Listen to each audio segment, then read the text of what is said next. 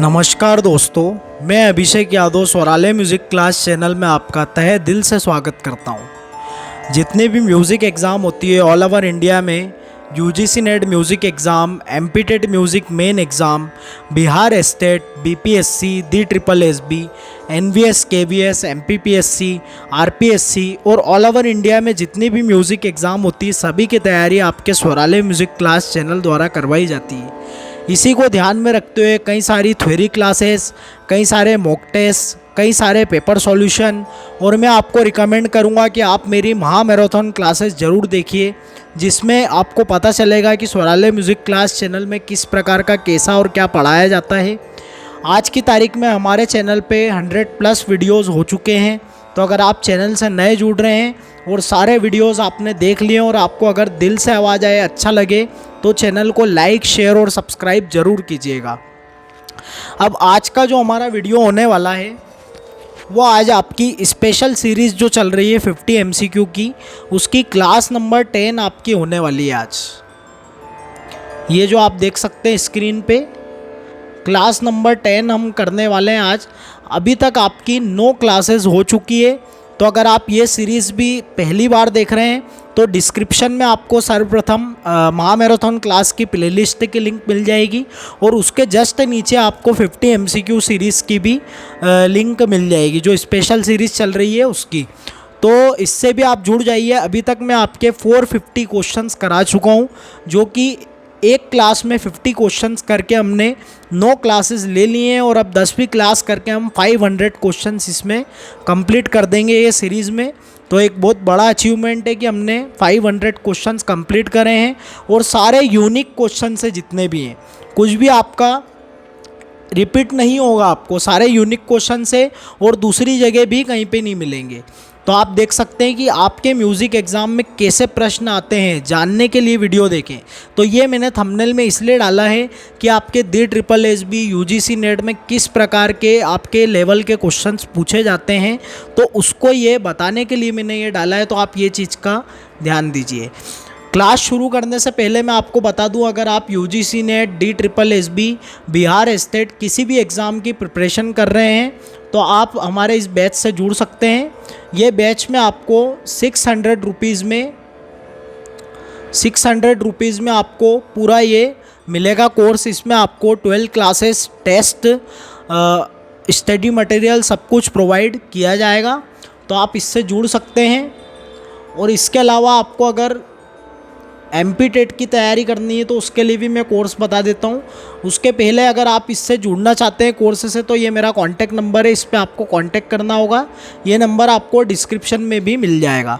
अगर आप MP TET की तैयारी कर रहे हैं, अगस्त में आपके एग्ज़ाम है, आप सभी को पता है, और अगर आप चाहते हैं कि मेरा सिलेक्शन 100% हो तो आप इस कोर्स से जुड़ सकते हैं। काफ़ी स्टूडेंट इससे जुड़ रहे हैं क्योंकि मात्र कम से कम रुपए में मैंने पूरा आपका कोर्स करा दिया है। ये एमपी टेट का कुछ भी नहीं छोड़ा है इसमें। जो वाद्य ऐसे पूछे जाते थे जो कठिन से कठिन होते थे, वो भी हमने करवाए हैं, जो जिनके नाम भी नहीं सुने हैं।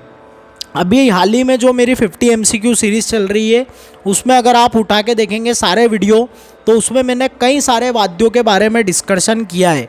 उससे ही आप अंदाज़ा लगा सकते हैं कि जब आपको यूट्यूब पे इतने सारे वाद्य पढ़ाए जा रहे हैं तो बेचेस में भी कितना कुछ पढ़ाया जा रहा होगा। तो ये सब आप ध्यान दीजिए। अगर आप जुड़ना चाहते हैं तो इसमें आपकी 1250 रुपीज़ में आपका 3 मंथ का ये पूरा कोर्स है। तो आप इससे जुड़ सकते हैं और इसमें आपकी 3 मंथ की क्लासेस टोटल और आपके टॉप 150 क्वेश्चंस के 2 सेट, 6 टेस्ट आपके और स्टडी मटेरियल सब कुछ इसमें आपको प्रोवाइड किया जाएगा। तो चलिए अब हमारी क्लास हम शुरू करते हैं 50 MCQ की क्लास नंबर 10। काफ़ी स्टूडेंट हमारे चैनल से नए जुड़ते हैं, तो मैं उनको बता दूं कि अगर आप टेलीग्राम चैनल से नहीं जुड़े तो वहाँ पे जुड़ जाइए। वहाँ डेली मैं आपके 5 MCQ कराता हूँ और जिस दिन नहीं करा पाता हूँ उसके अगले दिन मैं आपके 10 MCQ डालता हूँ। डेली का ये हैगा हमारा कि हम 10 MCQ, मतलब एक एक दिन छोड़ के 10 MCQ या फिर 5 MCQ डेली करते हैं। तो आप चैनल से जुड़ जाइए टेलीग्राम चैनल से। टेलीग्राम चैनल की लिंक भी आपको डिस्क्रिप्शन में मिल जाएगी। तो चलिए अब क्लास शुरू करते हैं। पिछली बार भी हमने राग रागिनी पद्धति का क्वेश्चन करा था, अभी तक हमारे 450 क्वेश्चन हो चुके हैं, आप देख सकते हैं स्क्रीन पे। तो आपका प्रश्न है, राग रागिनी पद्धति के हनुमान मत के 3 राग से कितनी रागिनियों का संबंध होगा। तो हनुमान मत में आपके 5 राग और 30 रागिनियाँ होती है, ये आपको पता होना चाहिए। अब अगर देखा जाए तो 5 राग 30 रागिनियाँ होती है, तो एक राग से कितनी रागिनियों का संबंध होगा। तो 30 से हम 5 को डिवाइड कर देंगे तो 1 और ये 5 बार में आपका जाएगा, यानी कि एक राग से 5 रागिनियों का संबंध है। अब यहाँ पे 3 राग आपसे पूछे हैं, तो 3 × 5 कर लेंगे, तो कितनी रागिनियों का संबंध निकलेगा, 15 रागिनियों का। तो यहाँ पे करेक्ट आंसर आपका 15 हो जाएगा। नेक्स्ट चलते हैं, राग रागिनी पद्धति के भरत मत के एक राग से कितनी रागिनियों का संबंध होगा। अब यहाँ पे भी वही है, भरत मत में भी आपको पता है कि 5 राग 30 रागिनियाँ होती हैं, तो सीधा सा एक राग से 5 रागिनियों का संबंध होगा। ग्रेव किससे संबंधित है, स्वर, उदात, अनुदात या फिर स्वरित। तो ग्रेव आपका अनुदात से संबंधित है। नेक्स्ट चलते हैं, मरु वाद्य यंत्र किस श्रेणी का है। अब ये देखिए, मरु आपने नाम सुना है इसका। तो इसी प्रकार के प्रश्न हमारे स्वरालय म्यूजिक क्लास चैनल में करवाए जा रहे हैं, और ये आपके मैं बता नहीं सकता, इतने इंपॉर्टेंट है आपके DSSB, UGC नेट सभी के लिए इंपॉर्टेंट है, खासकर आपके DSSB। लोक वाद्य आजकल बहुत ज़्यादा मात्रा में पूछे जा रहे हैं, और आज का जो आपका 50 MCQ का टेस्ट है, इसमें ज़्यादातर प्रश्न आपके लोक नृत्य, लोक वाद्य और लोकगीत के ही हैं। तो ये आपका मरु वाद्य यंत्र किस श्रेणी का है, तो ये आपका अवनद वाद्य है। नेक्स्ट चलते, विक्रम ताल कितनी मात्रा का है। और आज के जो टेस्ट है आपका, इसमें कई अप्रचलित ताल भी करवाने वाला हूँ मैं, जिसमें आपको सिर्फ ये भी अगर पता है कि कौन सी ताल कितनी मात्रा की है, तो भी आप एग्ज़ाम में अच्छा स्कोर कर सकते हैं। तो विक्रम ताल कितनी मात्रा की है, 19, 25, 12, 17। क्योंकि कई बार ऐसा होता है कि ये 12 मात्रा की है, कई बार ऐसा होता है कि स्टूडेंट ने नाम भी नहीं सुने ऐसी तालों के, तो ये भी आपको पता होना चाहिए। चूड़िया किस श्रेणी का वाद्य यंत्र है, तत्, सुशीर, घन, अवनद।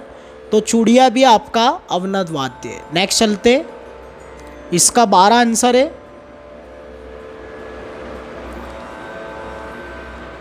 बसंती मापसेकर कौन सा वाद्य यंत्र बजाती है, सरोद, तबला, हारमोनियम या फिर बांसुरी।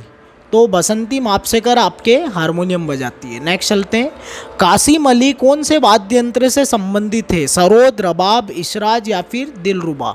तो ये आपके सरोद से संबंधित, रबाब से संबंधित है, इसको सही करिएगा, रबाब इसका करेक्ट आंसर है। कासिम अली आपके रबाब से संबंधित है। गोपाल कृष्ण किससे संबंधित है, वीणा, सितार, सरोद, सारंगी। तो ये आपके वीणा से संबंधित है। चंद्रिका प्रसाद दुबे कौन सा वाद्य यंत्र बजाते हैं, तो ये आपके इसराज बजाते हैं। जरीन दारूवाला कौन सा वाद्य यंत्र बजाते हैं, सरोद, रबाब, इसराज, दिलरुबा।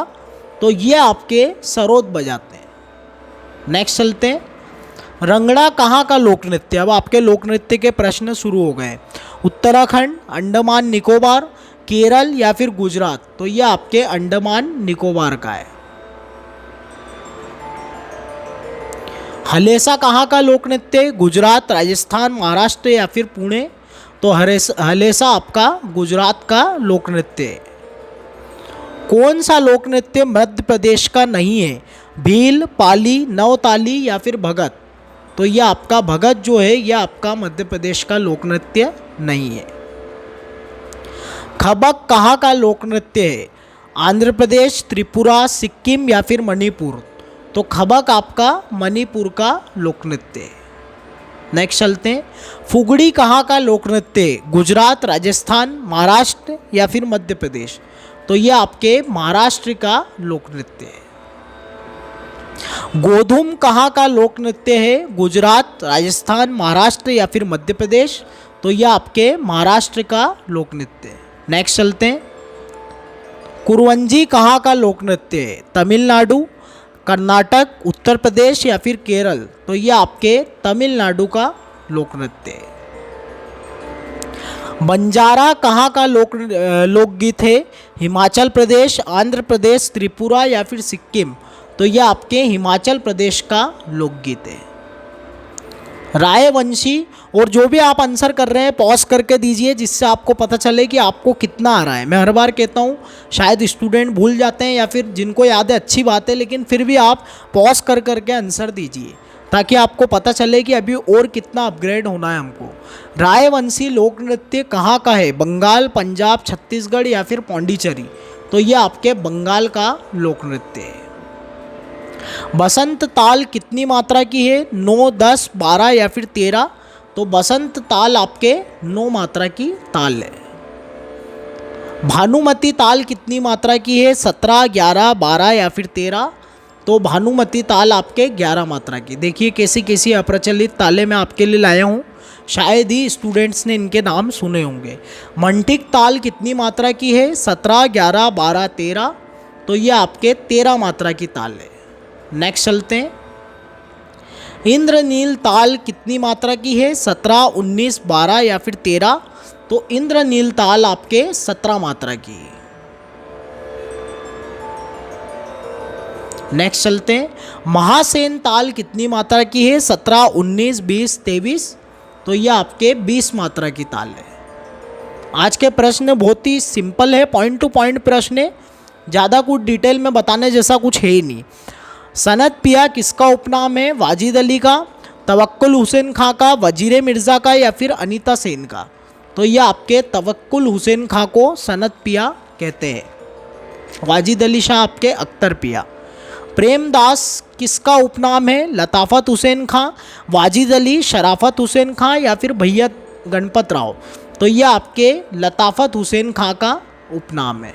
नेक्स्ट चलते हैं। प्रेम रंग किसका उपनाम है? लताफ़त हुसैन खां, फैयाज खां, शराफत हुसैन खां या फिर भैया गणपत राव? तो ये आपके शराफत हुसैन खां का प्रेम रंग उपनाम है।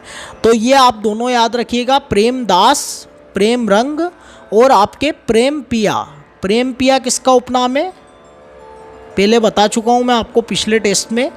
तो ये आपके है फैयाज खां का। ये तीनों में कंफ्यूज होने के बहुत चांसेस है। प्रेम रंग है आपके शराफत हुसैन खां का, प्रेम दास है आपके लताफ़त हुसैन खां का, और प्रेम पिया है आपके फैयाज खां का। तीनों आपको याद रखने, कंफ्यूज नहीं होना है। ये ज़्यादातर पूछे जाने वाले क्वेश्चन है। बलवंत राय भट्ट का उपनाम क्या है? मनरंग, महारंग, भावरंग या फिर रामरंग? तो भावरंग इनका उपनाम है बलवंत राय भट्ट का। और मनरंग किसका है? तो मनरंग आपके भूपत खां का है, भूपत खां। और राम रंग किसका है? तो रामाश्रय झा, अभिनव गीतांजलि वाले रामाश्रय झा। नेक्स्ट चलते हैं। महारंग किसका उपनाम है? अब देखिए महारंग का भी आ गया, इसलिए मैंने बताया नहीं क्योंकि क्वेश्चन था आगे। भूपत खां, भूपतर खां, राम भाऊ या फिर भूपति खां? तो ये आपके भूपतर खां का उपनाम है। गोविंद दीक्षितर ने कितनी गमक बताई है? 17, 15, 12, 13? तो इन्होंने आपके 15 गमक बताई है। गणपत राव का क्या उपनाम है? सुगर पिया, प्रणव पिया, कदर पिया या फिर प्राण पिया? तो गणपत राव का सुगर पिया उपनाम है। नेक्स्ट चलते हैं। आज मुझे लगता है आपका 20 मिनट में ही मॉक टेस्ट खत्म हो जाएगा क्योंकि काफ़ी सिंपल है आपके प्रश्न, ज़्यादा कुछ डिटेल में बताने जैसा है नहीं, पॉइंट टू पॉइंट प्रश्न है। ताल धुमाली कितनी मात्रा की है? 7, 5, 8, 6? तो सभी को पता है 8 मात्रा की ताल है धुमाली। कराल मंच ताल कितनी मात्रा का है? 9, 10, 8 या फिर 6? तो कराल मंच ताल आपके 10 मात्रा का ताल है। कराल मंच ताल की कुआड़ कितनी मात्रा में होगी? अब यहाँ पे आपको याद रखना है कि 10 मात्रा का ताल है। कुआड़ का फार्मूला जब हम लगाते तो 4/5 से मल्टीप्लाई करेंगे, ये आपका 2 आ जाएगा, और 2 से 4 का मल्टीप्लाई करके 8 आपका 8 मात्रा में कुआड़ आपकी आएगी। अगर ये पूछते कि आपका कुआड़ कितनी मात्रा से शुरू होगी, अगर ऐसा पूछा जाता तो फिर हम 8 जो 10 आपकी मात्रा है, टोटल 10 में से 8 को माइनस करते तो 2 मात्रा आता, यानी कि तीसरी मात्रा से आपकी कुआड़ जो है, मतलब तीसरी मात्रा से इसकी कुआड़ प्रारंभ होगी और 2 मात्रा के बाद शुरू होगी। इस प्रकार के प्रश्न भी आपके पूछे जाते हैं एग्जाम में। जत्ताल और मत्ताल में कितनी मात्रा का अंतर है? अब यहाँ पे सीधा सा है, जत्ताल आपका 16 मात्रा का होता है और मत्ताल आपका 18 मात्रा का होता है। तो 18 में से 16 को माइनस कर लेंगे क्योंकि अंतर पूछा है इन्होंने, तो 2 मात्रा का अंतर है दोनों तालों में। नेक्स्ट चलते हैं, मत्ताल की आड़ कितनी मात्रा में होगी। तो मत्ताल आपका 18 मात्रा का ताल है और आड़ का फार्मूला हम लगाते हैं 2/3 का मल्टीप्लाई करेंगे, 3 से इसको डिवाइड कर देंगे तो 6 × 2 करेंगे तो 12 मात्रा में आपकी आड़ इसकी आ जाएगी। नेक्स्ट चलते हैं, जत्ताल की चौगुन एक आवर्तन में कितनी बार आएगी।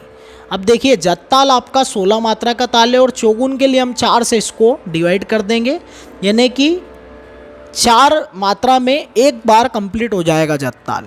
तो 16 मात्रा का अगर ताल है, 16 मात्रा का ताल है और 4 मात्रा में कंप्लीट हो रहा है, यानी कि ये कितनी बार चलेंगे, तो 4 + 4 + 4 और +4, यानी कि 4 बार आपके ये जत्ताल चौगुन में आएगी एक आवर्तन में। नेक्स्ट चलते हैं, राग आभोगी कांगड़ा में कौन से स्वर वर्जित होते हैं। आभोगी कांगड़ा की बात कर लेते हैं हम। तो आभोगी कांगड़ा जो है आपका, आभोगी जो है ये आपके कर्नाटक संगीत में भी बहुत प्रचलन में है ये राग, और कर्नाटक संगीत से ही लिया गया राग है। जिस प्रकार से हंस ध्वनि है उसी प्रकार से ये भी काफ़ी प्रचलित राग है, हिंदुस्तानी संगीत में भी, दोनों में प्रचलित है। और ये आपका काफ़ी थाट का राग है, सारी चीज़ें आपको याद करते चलना है। काफ़ी थाट का ये राग है और इसमें पूछा है कि कौन से स्वर वर्जित हैं, तो प और नी वर्जित है। ग इसमें कोमल लगता है, तो इसकी स्वरावली में लिख देता हूँ आपको, सारे ग म ध सा। प और नी इसमें नहीं होता है, तो इस प्रकार से इसका चलन है। साधा मगर ऐसा, सारे ग म ध सा, साधा मगर ऐसा। तो ये आपका जाति कौन सी हो गई इसकी, ओढ़व ओढ़व जाति हो गई इसकी, ओढ़व ओढ़व जाति हो गई। और ये आपका मध्य रात्रि का राग है। तो पूरा मैंने यहाँ पे पूरा मैंने डिस्क्राइब कर दिया है इसका। नेक्स्ट चलते हैं, राग अड़ाना का वादी स्वर क्या है। अड़ाना आ गया है आपका, तो अड़ाना का वादी संवादी है आपका सा और प, ये इसका वादी संवादी है। तो अड़ाना का वादी स्वर कौन सा हो गया, सा हो गया। इसमें एक चीज़ और बतानी रह गई, इसका वादी संवादी मसा है अभोगी कांगड़ा का। अभोगी कांगड़ा का जो आपका वादी संवादी वो मसा है, तो ये आपको याद रखना है। तो अड़ाना का वादी स्वर कौन सा हो गया, सा हो गया। अड़ाना कौन से थाट कर आगे, आसावरी थाट कर आगे ये अड़ाना, तो ये आपको याद रखना है।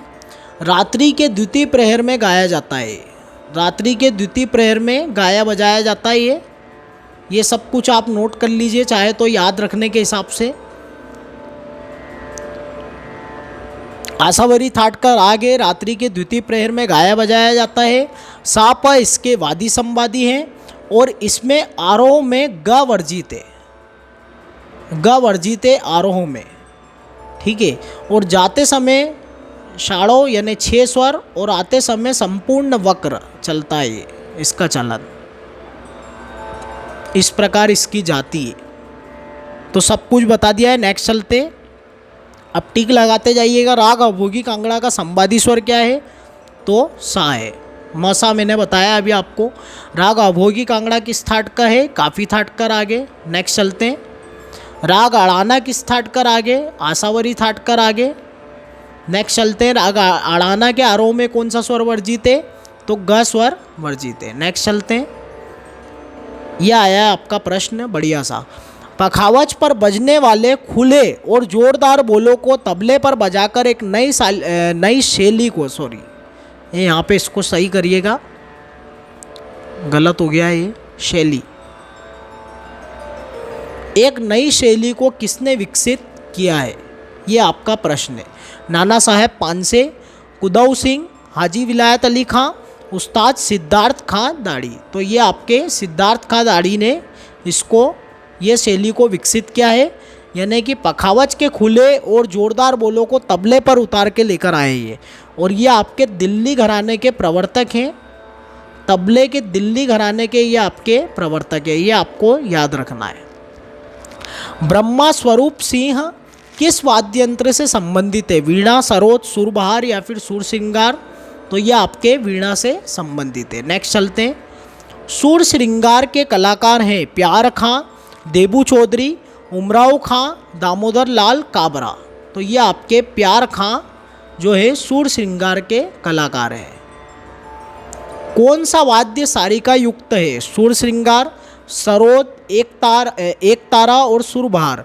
तो ये आपका प्रश्न आ गया है एनटीए का यानी कि यूजीसी नेट का सबसे बेहतरीन प्रश्न जो आपका आता ही आता है। हर बार यूजीसी नेट का ये बोल सकते हैं एक फेवरेट प्रश्न है। ये फेवरेट प्रश्न है, हर बार पूछा जाता है कि सारिका युक्त वाद्य और सारिका विहीन वाद्य, इनसे आपका प्रश्न बनता ही बनता है। तो आपको याद रखना है सुर श्रृंगार, सरोद, एक तारा ये सारिका युक्त वाद्य नहीं है। सुरबहार आपका सारिका युक्त वाद्य है। अब मेरा आपसे प्रश्न है कि आप मुझे बताइए कि दिलरुबा कैसा वाद्य है? तो अगर आपने पढ़ा है तो अच्छी बात है, लेकिन डायरेक्ट कमेंट करिएगा, गूगल पर सर्च मार के मत बताइएगा। दिलरुबा इसराज कैसा वाद्य है और दिलरुबा कैसा वाद्य सारिका युक्त है कि सारिका युक्त नहीं है, ये आपको मुझे बताना है। नेक्स्ट चलते हैं। अनोखे लाल मिश्रा का लालन पोषण किसने किया है? माँ ने, पिता ने, दादी ने या फिर गुरु ने? तो अनोखे लाल मिश्रा का लालन पोषण उनकी दादी ने किया है। उनके पिताजी 2.5 साल के थे अनोखे लाल मिश्रा जी, तब उनके पिताजी शांत हो गए थे और उनकी माताजी भी 6 साल की उम्र में जब ये थे तो उनकी माताजी भी शांत हो गई थी। तो इनकी दादी ने ही पूरी उनकी देखरेख करी और उस्ताद के पास ले जाके इनको गायन सिखवाया। अभी इसके पहले मैंने 1-2 प्रश्न कराए थे आपके, जिसमें आपके लताफ़त हुसैन खां और शराफत हुसैन खां, प्रेम दास और प्रेम रंग ये मैंने बताया था आपको। तो एक चीज़ आप ये भी नोट कर लीजिए कि दोनों आपके आगरा घराने के कलाकार हैं। जानकारी के लिए आप लाइक शेयर कर सकते हैं अगर आपको अच्छी लगे तो। नेक्स्ट चलते हैं। 64 कलाएँ कितने भेदों में विभक्त थी? 4, 1, 3, 2। तो 64 कलाएँ आपके दो भेदों में विभक्त हैं। और इसमें आपके ये किसने बताई है 64 कलाएँ? तो ये आपके बताई है वात्स्यायन ने। वात्स्यायन ने बताई है। कौन से ग्रंथ में बताई है? कामासूत्र ग्रंथ में बताई है। और 3 कलाओं को विशेष बताया गया है, काव्य कला, चित्रकला और गायन कला। और उसमें भी जो मेन जो आपका विशिष्ट कला बताई गई है वो आपकी गायन कला है। तो ये आपको याद रखना है। तो उम्मीद करता हूँ कि आपको मॉक टेस्ट अच्छा लगा होगा। तो अगर आपने पूरी क्लास अटेंड करी है तो आपको बहुत बहुत धन्यवाद, थैंक यू सो मच। और इसी तरह के वीडियो आपके समक्ष आते रहेंगे। आज हमने 500 प्रश्न कंप्लीट कर लिए। तो आपको क्लासेस सारी देखनी है। अगर आप नए जुड़ रहे हैं चैनल से तो आप पेपर सॉल्यूशन देखिए, मॉक टेस्ट देखिए, सब कुछ देखिए। और सब कुछ अच्छा लगे और दिल से आवाज़ आए तो मेरे चैनल को लाइक, शेयर और सब्सक्राइब जरूर कीजिएगा। एक चीज़ मैं आपको और बताना चाहूँगा, अभी कई स्टूडेंट मुझसे टेलीग्राम पे भी पूछ रहे हैं और आपके यूट्यूब पे भी पूछ रहे हैं कमेंट करके कि DSSB की एग्ज़ाम कब होगी। तो मैं उनको ये बताना चाहूँगा कि आपके अभी इलेक्शन है, इलेक्शन के बाद आपकी DSSB की एग्ज़ाम होगी। मे भी आप मान सकते हैं जून से अगस्त तक में आपकी एग्ज़ाम होगी। तो आप तैयारी शुरू रखिए। देखिए मैटर ये नहीं है, इम्पॉर्टेंट ये नहीं है कि आपकी एग्ज़ाम कब होगी, इम्पॉर्टेंट ये है कि आपकी तैयारी कितनी है। आपको फुल तैयारी से आपकी एग्ज़ाम देनी है। उसके लिए यही है कि आप ज़्यादा से ज़्यादा म्यूज़िक के क्वेश्चंस करें, चाहे वो यूजीसी नेट के पेपर के हों, DSSB के हों, MP टेट के हों, किसी भी एग्ज़ाम के हों। बस मैटर ये करता है कि वो म्यूज़िक के क्वेश्चंस आपके होने चाहिए और उनको आप ज़्यादा से ज़्यादा प्रैक्टिस करिए। जैसे मैं आपके लिए यूनिक क्वेश्चंस ला रहा हूँ, इसी प्रकार के प्रश्न आपको करते रहना है। अब यहाँ पे आपकी ये 50 MCQ की सीरीज़ ख़त्म होती है क्योंकि मैंने 500 क्वेश्चंस आपके यूनिक करा दिए। फिर आपके लिए मैं कुछ नया सा लाने वाला हूँ। तो जब तक नया नहीं आ रहा है तब तक आप ये सारी चीज़ें देखिए और फिर आपके लिए कुछ बढ़िया सा कुछ लेकर आएंगे, टेस्ट वेस्ट कुछ ऐसा बढ़िया सा या थ्योरी क्लास ऐसा कुछ लेकर आऊँगा मैं। और आप भी कमेंट करिए, अगर आप कुछ यूनिक कुछ अलग चाहते हैं तो आप कमेंट करके बताइए कि आपकी क्या डिमांड है, तो उस हिसाब से हम वीडियो लाएंगे। तो आज की क्लास यहीं वाइंड अप करते हैं। एक बार फिर से दिल से आवाज़ आए तो चैनल को लाइक, शेयर और सब्सक्राइब जरूर कीजिएगा। Thank you so much. जय श्री राम।